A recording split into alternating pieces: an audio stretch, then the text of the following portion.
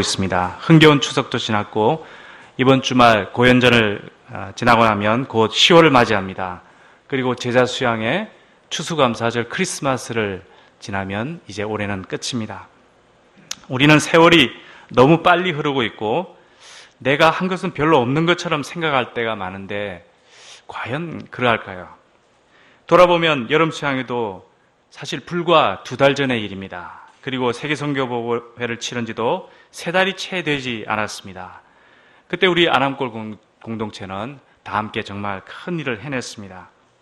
우리의 삶은 시간이라는 급류에 휩쓸려 떠내려가는 것이 아니라 매일 또 매주 매달 열매 맺는 삶임을 알아야 합니다. 왜냐하면 시간의 주관자이신 하나님의 섭리와 축복 아래 우리들의 삶이 있기 때문입니다. 오늘 말씀에서 하나님은 이스라엘 자손이 가나안 땅에 입성할 때 그리심산에서 축복을 선포하고 에발산에서 저주를 선포하라 말씀하십니다.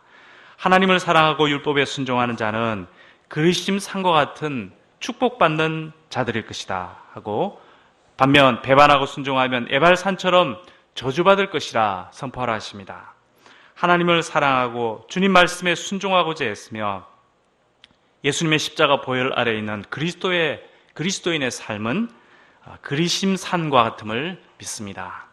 오늘 말씀 통해 우리가 하나님을 사랑하고 그분의 말씀에 순종함으로써 그리심산에 우뚝 서는 삶이 되기를 기도합니다. 신명기 8장에서 11장은 이 4장은 11장 끝에 나오는 그리심인가 에발인가 하는 말로서 잘 요약이 되는 것 같습니다. 8장에서 모세는 가나안에 들어가서 축복받을 때 교만하지 마라 했습니다. 9장과 10장에서는 이스라엘이 자기 의로서 그 땅을 얻은 것이 아니라는 것을 알라 하였습니다. 8장에서는 먹고 사는 문제에 대해 말했다면 9장과 10장에서는 전쟁 상황에 대해서 이야기하고 이제 11장에서는 이 둘을 다시 요약해서 정리를 하고 있습니다. 특히 11장은 우리 지난 말씀이었던 10장 12절의 질문 기억하십니까? 여호와께서 내게 요구하시는 것이 무엇이냐? 이 질문에 대한 답을 11장에도 이어가고 있습니다.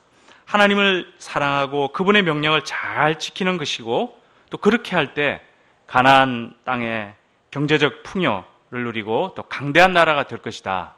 이런 이야기를 지금 하고 있습니다.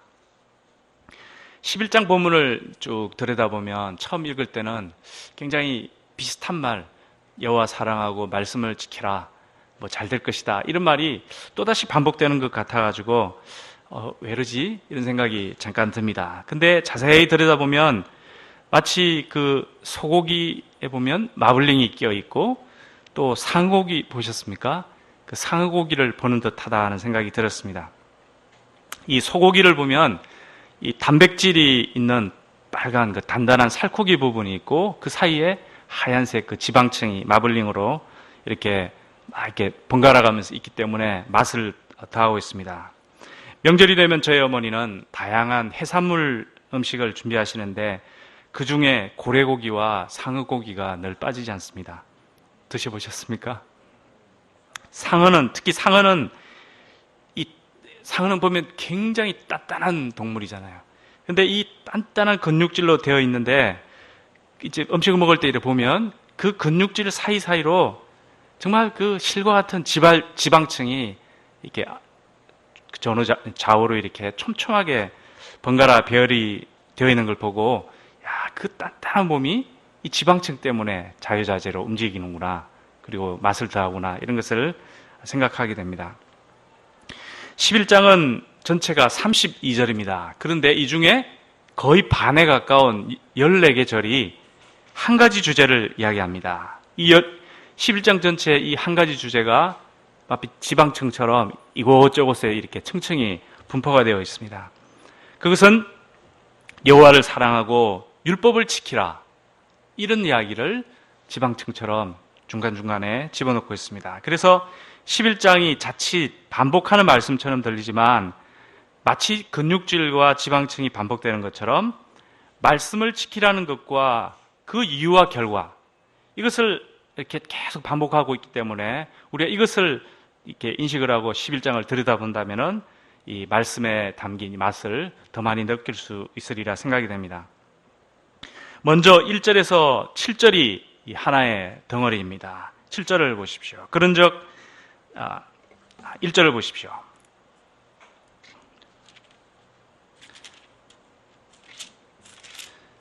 예, 1절이죠. 그런즉 내 하나님 여호와를 사랑하여 그가 주신 책무와 법도와 규례와 명령을 항상 지켜라. 이는 10장의 마지막 절을 받는 말씀인데 10장 마지막 절을 보면은 너희들이 애굽에 들어갈 때 겨우 70명이었는데 이들은 하늘의 별같이 많아졌다. 이것을 보고 그런즉 하나님을 사랑하고 그 말씀 항상 지키라. 이렇게 결과를 이야기하는 것입니다. 또 여기서 이어가지고 2절에서 7절은 역사를 회상하고 있습니다. 애굽에서 열 재앙으로 보내신 하나님의 그 강한 힘이 어떤지, 홍해 또 광야에서 보이신 주님의 능력이 어떻고 보호하심이 어떤지, 특히 반역자들인 다단과 아비람과 그 추종자들을 멸하신 일이 어떠한지, 이런 것을 역사적인 교훈과 또 어떤 경계되는 이런 것들을 이야기하고 있습니다. 이러한 큰 일 중에 너희들이 그 일부를 보았으니까 이제 어떻게 해야 될 것인가 한번 생각해 봐야 되지 않겠냐, 이렇게 말하고 있는 것입니다. 이제 두 번째 부분인 8절에서 17절로 넘어갑니다. 8절. 그러므로 너희는 내가 오늘 너희에게 명하는 모든 명령을 지키라. 그리하면 강성해지고 그 땅을 차지할 것이다. 또 언약의 땅에서 그들의 날이 장구할 것이다. 이렇게 약속하고 있습니다. 10절에서 12절은 너희들이 들어갈 그 땅의 특성을 말하고 있습니다. 우리 그 신명기를 보면 마치 삼각형과 같이 하나님과 이스라엘 백성과 또 하나의 요소가 있는데 그것이 바로 땅입니다. 하나님, 백성, 땅. 그 셋 중에 하나의 중요한 땅. 그 땅의 특성을 지금 이 부분에서 이야기하고 있습니다. 그 땅은 애굽 땅과 같지 않을 것이다 합니다. 애굽 땅을 보면 그 나일강에서 비는 별로 안 내리지만 나일강에서 그 물을 발로 이렇게 수차로 끌어가지고 밭에 대기 때문에 그 물을 이렇게 늘 댈 수가 있습니다. 또 힘들기도 합니다. 하지만 가나안 땅은 보면 물이 하늘에서 내리기 때문에 한편으로는 그냥 거저봤기 때문에 쉽기도 하고 또 한편으로는 이게 언제 가뭄이 들지 않을까 노심초사해야 되는 그런 점도 있습니다. 또 이 애굽은 그냥 평지인데 가나안 땅을 보면은 산지와 평지가 이렇게 조화가 되어 있습니다. 그래서 위에서 비가 쫙 내리면 그 산과 계곡, 강, 저수지 이런 곳에서 물을 이렇게 저장을 할 수가 있습니다. 그것이 아마 그 비를 흡수하는 땅이다 하는 그 한 측면인 것 같습니다. 그래서 비만 잘 내리면 농사 지을 물을 잘 댈 수가 있었습니다. 그런데 이 비가 문제였습니다. 이 비에 대해서 하나님은 어떻게 하십니까? 12절을 보면 그 땅은 여호와께서 연초부터 연말까지 항상 눈동자와 같이 돌보시는 땅이라 하였습니다. 여호와는 그들의 땅에 또 이른 비와 늦은 비를 적당한 때에 내려준다 하셨습니다. 이른 비는 가을비, 늦은 비는 봄비입니다. 그래서 이 가을에 비가 내릴 때는 그전 여름에 건기였기 때문에 땅이 굉장히 메마르고 딱딱해져 있는데 이 비가 내려가지고 흙을 부드럽게 해서 파종을 이렇게 잘 하게 해줍니다. 그리고 봄비, 늦은 비, 봄비는 이제 추수기가 되어서 추수기 전에 이제 비가 내려가지고 그 열매가 또 이렇게 알차게 연결되도록 하는 아주 그 중요한 두 가지 비가 되었습니다. 이처럼 하나님께서는 풍작을 결정짓는 이 가을비와 봄비를 적절히 내리게 하여 그들의 삶을 풍요롭게 하실 것이다. 여기서는 경제적인 풍요에 대해서 말씀하고 계십니다. 곡식과 포도주와 기름을 많이 얻게 하시고 또 가축들을 위해 들에 풀이 돋게 하시며 그들로 배부르게 할 것이다. 이런 그 가나안 땅에 들어가서 너희들이 내 말을 잘 지키고 날 사랑하면 이런 경제적인 풍요를 계속 누리게 될 것이다. 이 말씀을 하고 있습니다. 그런데 이러한 땅과 비의 관계는 한편으로는 이스라엘에게 영적인 시험도 되고 도전이 되는 문제였습니다. 16절과 17절을 보십시오. 그들의 마음이 미혹되어 가나안의 우상을 섬길 수도 있었습니다. 당시 가나안과 고대근동의 그 신화들을 보면은 이 계절이 규칙적으로 반복되는 이러한 현상을 풍요의 신들이 땅과 지옥을 왔다 갔다 하는 것으로 이해를 했습니다. 그래서 풍요의 신이 나타나면 비가 오고 어디 지옥에 가 있으면은 건기가 되는 것으로 이해를 했습니다. 그래서 메소포타미아에서는 타무즈라는 신이 있었고 가나안에 우리가 잘 아는 바알이 있었습니다. 이 풍요의 신이 그 우기 때 잘 오도록 그 제사를 지내고 했던 것입니다. 이걸 보면 그 우상은 왔다 갔다 하는 것을 볼 수 있는데 12절을 우리가 볼 때 여호와의 눈은 연초부터 연말까지 항상 그 땅 위에 있을 것이다. 여호와는 어디 가시는 분이 아닙니다. 항상 그들과 함께 있고 졸지도 않고 주무시지도 않고 이스라엘 곁에 늘 함께 하셔서 그들을 돌보실 것이다 하는 것입니다. 어쨌거나 가나안에 정착해 하늘의 비를 기대어 농사를 지어야 하는 이스라엘에게 여호와를 믿는다. 이것은 어떤 영적인, 내적인, 도덕적인 이런 문제뿐만 아니라 더 나아가서 삶과 아주 직접적으로 연관되는 아주 실제적이고 물질적인 문제였습니다. 그러나 걱정할 필요가 없는 이유는 분명한 하나님의 약속이 있기 때문입니다. 18에서 20절에서 우리가 잘 아는 6장의 말씀을 다시 한번 반복하고 있습니다. 이러므로 말씀을 마음에 두고 손목과 미간에 붙여 표를 삼고 자녀에게 늘 가르치고 강론하며 집 문설주와 바깥문에 매주자로 기록하라. 이렇게 말하고 있습니다. 그러면 어떻게 됩니까? 그러면 여호와께서 조상들에게 맹세하신 그 땅에서 그들이 쫓겨나지 않고 계속해서 살 것이다. 그 표현을 하늘이 땅을 덮는 날과 같이 이렇게 표현을 하였습니다. 하늘이 땅을 덮는 날과 같이 우주가 존속하는 한 해, 하늘과 땅이 존속하는 한은 너희들이 이 땅에서 계속 머무를 것이다. 굉장히 확실한 약속을 하고 계십니다. 22에서 25절은 전쟁 상황을 말합니다. 그러니까 지금도 그렇지만 고대인들을 보면 결국은 경제와 전쟁, 이 두 가지잖아요. 전쟁할 때 그들은 강대한 나라, 특히 그 가나안의 7 족속들, 이 강대한 나라를 물리칠 것입니다.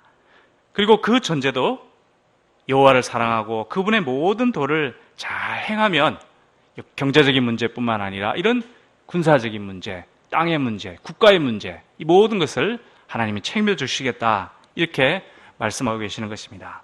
그리고 그 땅을 주시되 그 영역을 말합니다. 남쪽 광야에부터 북쪽 레바논까지, 그리고 저기 동쪽 유브라데 강에서부터 서쪽 지중해까지 이 모든 땅을 네 발바닥으로 밟는 것을 너에게 줄 것이다 말씀하십니다. 이처럼 땅과 비와 농작물과 가축과 같은 경제적인 문제, 그리고 전쟁과 영토와 같은 군사적인 문제에서 형통할 수 있는 비결이 무엇인가? 지금 가나안을 들어갈 때 이 두 가지 문제로 고민하는 그들에게 그 문제를 어떻게 해결하는가? 바로 하나님은 여호와 하나님을 사랑하고 그분의 명령을 잘 지키는 것이다. 여기에 있다는 것을 다시 한번 반복해서 말씀하고 계십니다. 이제 모세는 26에서 마지막 32절 그 사이에서 결론적으로 그리심산과 에발산으로 백성들의 마음에 이 교훈을 각인시키고 있습니다. 그냥 말만 하면 이렇게 잊어먹기 쉬우니까 뭡니까 그래픽적인 이런 그 기법을 쓴 것 같습니다. 그래서 26과 우리 29절을 다시 한번 같이 읽어보도록 하겠습니다. 26에서 29절입니다. 26절부터 한번 읽어볼까요? 26절에서 29절 시작. 내가 오늘 복과 저주를 너희 앞에 두나니 너희가 만일 내가 오늘 너희에게 명하는 너희의 하나님 여호와의 명령을 들으면 복이 될 것이요, 너희가 만일 내가 오늘 너희에게 명령하는 도에서 돌이켜 떠나 너희의 하나님 여호와의 명령을 듣지 아니하고 본래 알지 못하던 다른 신들을 따르면 저주를 받으리라. 내 하나님 여호와께서 내가 가서 차지할 땅으로 너를 인도하여 들으실 때 너는 그리심 산에서 축복을 선포하고 에발 산에서 저주를 선포하라. 그리심 산이 축복을 의미하고 에발 산이 저주를 의미하는 이유에 대해서 많은 설명이 있습니다. 그래서 그리심 산은 숲이 많은 산이고 에발 산은 돌이 많은 산이다. 또 그리심 산은 빛이 잘 들어오고 에발은 빛이 안 들어오기 때문이다. 또 이런 설명도 있습니다. 그리심 산은 동쪽에 있기 때문이고 에발산은 서쪽에 있기 때문이다. 어떤 것이 제일 여러분들 마음에 듭니까? 사실 신구약 성경과 또 당시 이런 문화에서 보면은 동쪽과 서쪽 이것이 이것일 가능성이 굉장히 높습니다. 예수님 비유에도 보면은 마지막 날에 양은 오른편에, 염소는 왼편에 이렇게 해서 오른쪽을 좋은 것으로, 해 뜨는 동쪽을 좋은 것으로 이렇게 이야기를 합니다. 그래서 나일강도 보면은 나일강 서편에 보면은 죽은 자의 무덤인 이 피라밋들이 주로 많이 있고, 동쪽에 보면 거주지들이 이렇게 있다고 합니다. 어쨌거나 장차 가나안 입성한 후에 여호수아서 보면은 12지파를 반반씩 나눠가지고 그리심산과 에발산에서 축복과 저주를 선포하게 했습니다. 그리심과 이 에발 사이에 우리가 잘 아는 세겜이라는 성읍이 있습니다. 이것은 예수님과 사마리아 여인이 만났던 곳입니다. 그 야곱의 우물이 있는 곳, 이것이 바로 그리심산과 에발산 그 사이에 있습니다. 그리고 무엇보다 중요한 것은 아브라함과 연관이 있다는 것입니다. 아브라함이 창세기 12장에 하나님께 부르심을 받고 가나안 땅에 왔습니다. 와서 오자마자 바로 처음 제사를 지낸 곳이 바로 이 세겜 땅입니다. 그래서 이곳이 얼마나 영적으로 중요한 곳인가 보게 됩니다. 당시 가나안 땅은 우상 숭배로 가득했습니다. 아브라함은 이런 분위기 가운데서 이제 막 신앙생활을 시작해서 식솔들을 거느리려고 하는 정말 이런 가운데서 정말 여호와 하나님을 믿고 산다는 것은 정말 힘든 일이었을 것입니다. 하지만 그는 처음부터 이 그리심과 에발산 사이 세겜에서 여호와께 단을 쌓고 꿋꿋하게 믿음을 지켜나갔습니다. 그리고 수백 년이 흐른 후에 이 아브라함의 믿음의 발자취를 쫓아왔던 하나님의 언약의 성취인 이스라엘 백성이 이제 큰 민족을 이루어가지고 바로 이 그리심과 에발 사이에 쫙 이렇게 서 있는 것입니다. 조상 아브라함의 믿음을 생각한다면은, 완전히 우상숭배 분위기 가운데서 홀로 믿음을 지켰던 아브라함 믿음을 생각한다면은, 큰 민족 이스라엘은 얼마나 믿음을 지키기가 쉬웠겠습니까? 아무리 가나안이 우상숭배 문화가 아주 강력하고 이렇게 하더라도 전혀 위축당하지 않고 여호와 하나님을 사랑하고 말씀을 지키는 이거 잘 할 수 있었을 것입니다. 우리가 잘 아는 것처럼 나중에 이 큰 민족은 정말 급속하게 믿음을 잃어버립니다.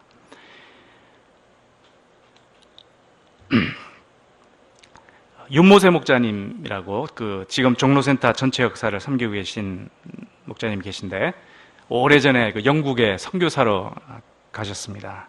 그래서 가셨다가 나중에 이제 계승하러 다시 들어오셨는데, 가셨을 때 이 영국의 양들 이제 목자로 자라고 나중에 목자들이 이런 말을 윤모세 목자님에게 하였습니다. 윌리엄 캐리가 근대 선교의 문을 연 후 꼭 200년 만에 이제는 한국에서 영국으로 선교사를 보냈군요. 이건 무슨 말입니까? 이것은 영국이 200년 만에 선교사 파송국에서 선교사를 받는 나라가 되었다는 것입니다. 굉장히 안 좋은 이야기죠. 영국의 윌리엄 캐리는 근대 선교의 아버지로서 개신교, 가톨릭은 이미 이전부터 종교개혁 이후에 굉장히 세계 선교를 많이 했는데, 개신교는 그 위에 막 이제 복잡한 문제가 있다가 근대 선교의 문을 처음 활짝 연 사람이 바로 윌리엄 캐리입니다. 그래서 근대 선교의 아버지, 이 윌리엄 캐리를 우리가 생각하게 되는데, 이 한 사람의 믿음의 영향력으로 인해서 그 후에 수많은 사람들이 온 세상으로 복음을 들고 나아갔습니다. 그런데 오늘날 우리가 영국 교회를 생각해 본다면은 정말 급속히 쇠퇴하고 가는 이런 모습들을 많이 보고 있습니다. 문제는 영국 교회가 아니라 한국 교회일 것입니다. 이런 현상이 한국에서도 재현되지 않을까 하는 우려가 우리 속에 있습니다. 이제 한국 개신교는 130년이 되었습니다. 그런데 앞으로의 70년이 이러한 영국교회 전체를 밟을 수도 있지 않을까 하는 이런 심히 우려되는 상황입니다.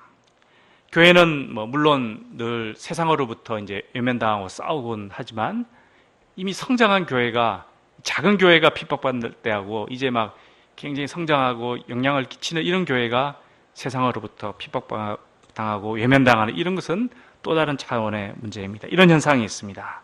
또 젊은이들은 정말 세상에 눈에 보기에 좋은 것들이 너무 많기 때문에 교회로의 발걸음을 점점 줄이고 있습니다. 또 한국 사회가, 우리나라 사회가 무엇을 추구하는가 이렇게 보면은 불신자들은 더하지만 사실 신자들도 많은 부분, 물질이라든지 출세라든지 또 부정부패, 음란, 또 어떤 인본주의, 이런 어떤 풍요의 신을 정말 그 가나안 땅에 들어와가지고 이런 풍요의 신을 우리가 많이 쫓아가고 있는 것 같습니다. 그래서 사람들은 생각합니다. 이 땅을 풍요롭게 하는 비가 어디서 내리는가? 그거야 과학적으로 다 설명이 되는 것이지. 과학으로 다 설명을 하기 때문에 그 교회가 설 자리가 없는 것처럼 이렇게 자꾸 만들어가고 있습니다. 또 사람이 다 만들어낼 수 있다. 이렇게 해서 하나님의 자리를 점점 사람이 비를 만들어낼 수 있는 것처럼 많이 이야기들을 하고 있습니다. 또 세상에 많은 사상가들이 있습니다.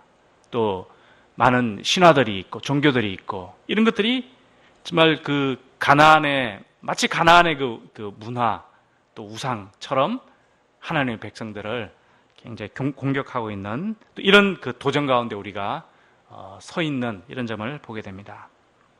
그래서 비를 주시는 분은 여호와시고 경제와 또 군사와 또 외교와 우리의 생존 이런 것들을 책임져 주시는 분은 여호와시고 강대국을 물리치고 땅을 주시고 유업을 주시고 자자손손 풍요롭게 하신다.